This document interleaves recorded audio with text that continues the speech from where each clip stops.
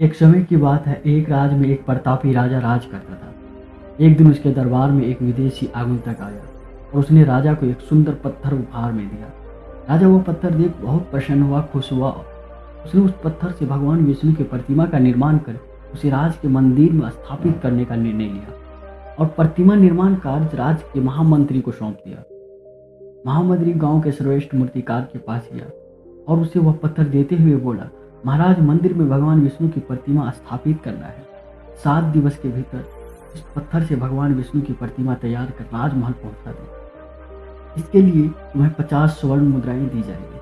50 स्वर्ण मुद्राएं की बात सुनकर मूर्तिकार खुश हो गया और महामंत्री को जाने के उपरांत प्रतिमा का निर्माण कार्य शुभारंभ कर दिया। अपने औजार में से उसने एक हथौड़ा लिया और पत्थर तोड़ने के लिए उस पर हथौड़े से वार करने लगा, किंतु पत्थर जस का तस रहा।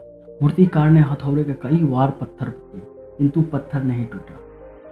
50 बार प्रयास करने के उपरांत मूर्तिकार ने अंतिम बार प्रयास करने के उद्देश्य से हथौड़ा उठाया, किंतु यह सोचकर हथौड़ा पर प्रहार करने से पूर्व ही उसने हाथ खींच लिया कि जब 50 बार वार करने से पत्थर नहीं टूटा तो अब क्या टूटेगा। वो पत्थर लेकर वापस महामंत्री के पास गया और उसे यह कहकर वापस कर आया, इस पत्थर को तोड़ना नामुमकिन है, इसलिए इससे भगवान विष्णु की प्रतिमा नहीं बन सकती।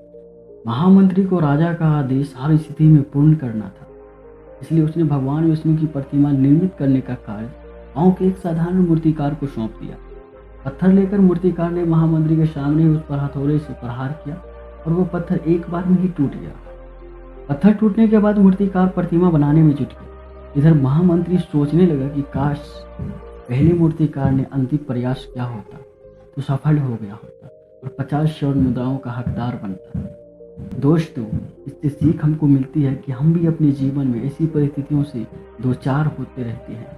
कई बार किसी कार्य को करने के पूर्व या किसी समस्या के सामने आने पर उसका निराकरण करने के पूर्व ही हमारा आत्मविश्वास डगमगा जाता है और हम प्रयास किए बिना ही हार मान लेते हैं। कई बार हम एक दो प्रयास में असफलता मिलने पर आगे प्रयास करना छोड़ देते हैं, जबकि हो सकता है कि कुछ प्रयास और करने पर कार्य पूर्ण हो जाता है या समस्या का समाधान हो जाता है। यदि जीवन में सफलता प्राप्त करनी है तो बार बार असफल होने पर भी तब तक प्रयास करना नहीं छोड़नी चाहिए जब तक सफलता नहीं मिल जाती। क्या पता जिस प्रयास करने के पूर्व हम हाथ खींच लें वही हमारा अंतिम प्रयास हो और उसमें हमें कामयाबी प्राप्त हो जाए।